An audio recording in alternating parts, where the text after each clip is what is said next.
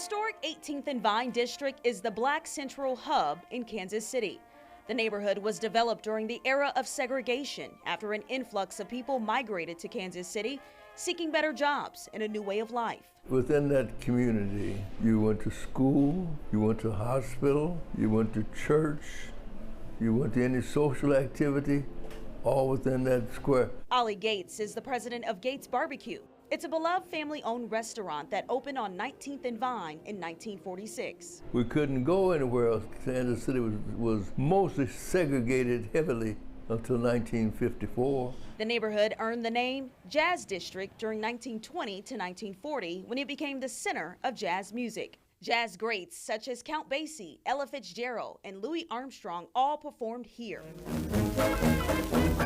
You had that intrinsic mixture of jazz and baseball radiating from this one street corner. So anybody who was anybody made their way to 18th and Vine, and 12th and Vine had just as much entertainment, may have had even more, but 18th and Vine was the epicenter of black life in Kansas City. Bob Kendrick, president of the Negro Leagues Baseball Museum, which is housed on 18th and Vine, says people eventually made it their home and started businesses throughout the district. The Kansas City Monarchs are going to fill up the ballpark at 22nd and Brooklyn. When the games were over, those fans spilled right back out, came right back here to 18th and Vine, 12th and Vine, and did business with those black-owned businesses, and as a result, those businesses were flourishing. 18th and Vine was jumping for years, that is, until it wasn't. The neighborhood took an economic blow and the streets were empty. This all happened after Jackie Robinson broke the color barrier, becoming the first African-American to play Major League Baseball, and owner J.L. Wilkinson sold his interest in the Monarchs 1 year later. And so when we lost the great Kansas City Monarchs, we saw this area start to decline. You can directly parallel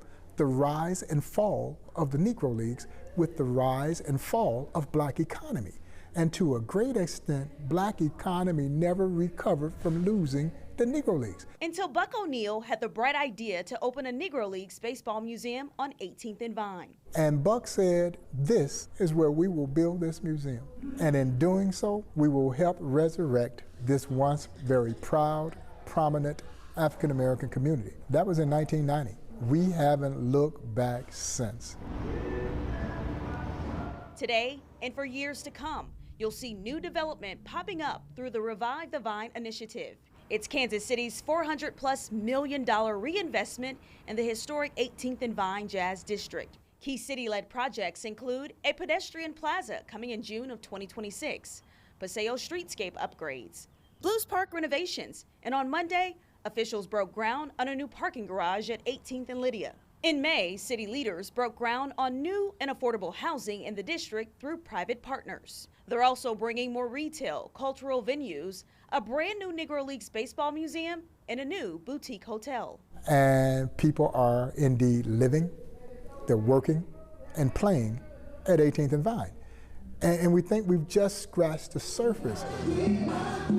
The city is also working to bring in small businesses, artists, and entrepreneurs to fill vacant storefronts to ensure 18th and Vine remains a vibrant cultural and tourist destination for generations to come. The Zhao Brothers Cultural Art Institution, Alvin Ailey, Mutual Musicians Foundation, Black Archives of Mid-America, an Urban Youth Baseball Academy, of course, a Negro Leagues Museum, and the American Jazz Museum. I challenge any city in the country to match the degree of cultural institutions that are essentially in a 2-block radius. This is unique to Kansas City, and it should be something that Kansas City is embracing and celebrating.